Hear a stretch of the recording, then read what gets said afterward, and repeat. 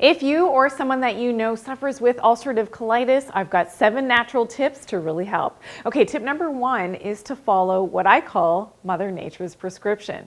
What does this mean? This means connecting again with nature, getting natural sunlight exposure, especially at the sunrise, is really important to start to program your brain clocks, but also your gut clocks to be in the proper rhythm with the circadian timing of the day, which is reliant on that light cycle and the dark cycle as well.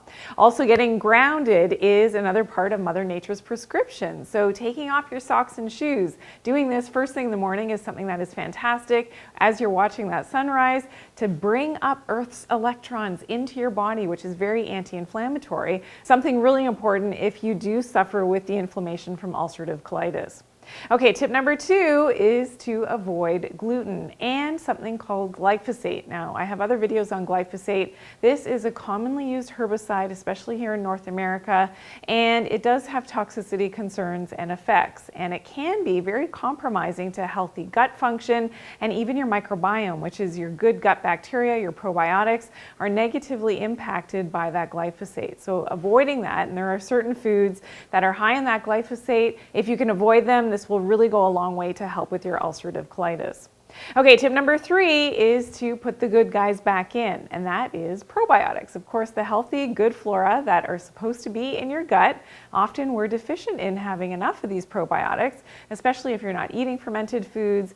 If you live a very clean and cleansing lifestyle, so you're washing your hands, maybe sanitizing a lot, you're wiping away your good probiotics, and maybe if you drink alcohol, that would be another instance that you wipe away the good guys internally, and we have to maintain our probiotic status as part of having a healthy microbiome, so this becomes really important. So whether you take a probiotic supplement or you're eating more fermented foods, that could be your kombucha, that could be your kimchi, your sauerkraut, and making this yourself is really an easy thing to do, is fantastic for your microbiome and getting in enough probiotics every day. Another big part of getting enough probiotics is actually being outside in a natural environment. You're picking up the microbiomes of your environment around you, which is a healthy thing.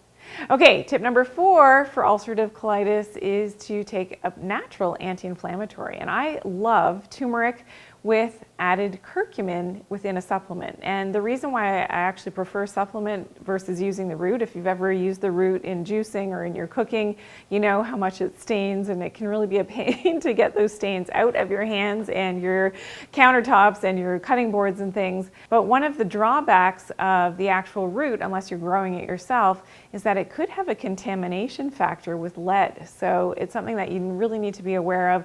That's why a tested supplement that is free from heavy metals and definitely lead is, in my opinion, the safer way to go, and to get those higher concentrations of the turmeric and that concentrated curcumin, which has the active component of those curcuminoids, which has that powerful anti-inflammatory effect, whether that's for your gut health, whether that's for your skin health, for your joints as well. Getting a high quality turmeric plus the curcumin, really important.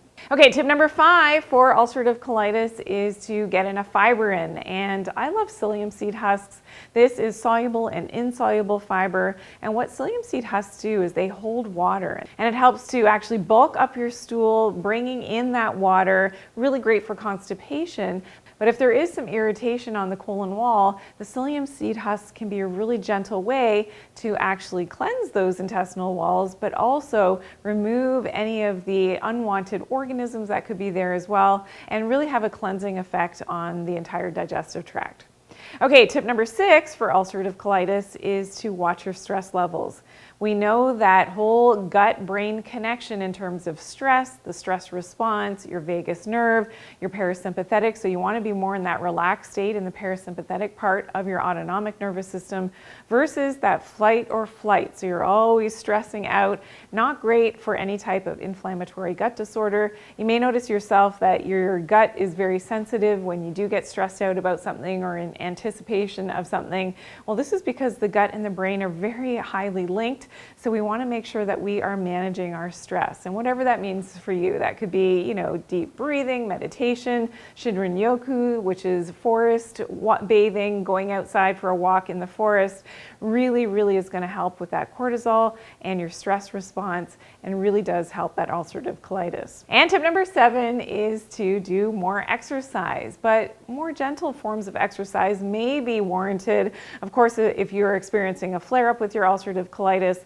So gentle walking, maybe swimming, yoga is fantastic, all low impact, but has a great effect on the stress response, but also gets that blood flowing in a positive way and may prove to be very anti-inflammatory for your ulcerative colitis. Now, I want you to learn more about that turmeric and some of the benefits of turmeric as well. I have that in another video, Turmeric Benefits You Need to Know. I'll see you there.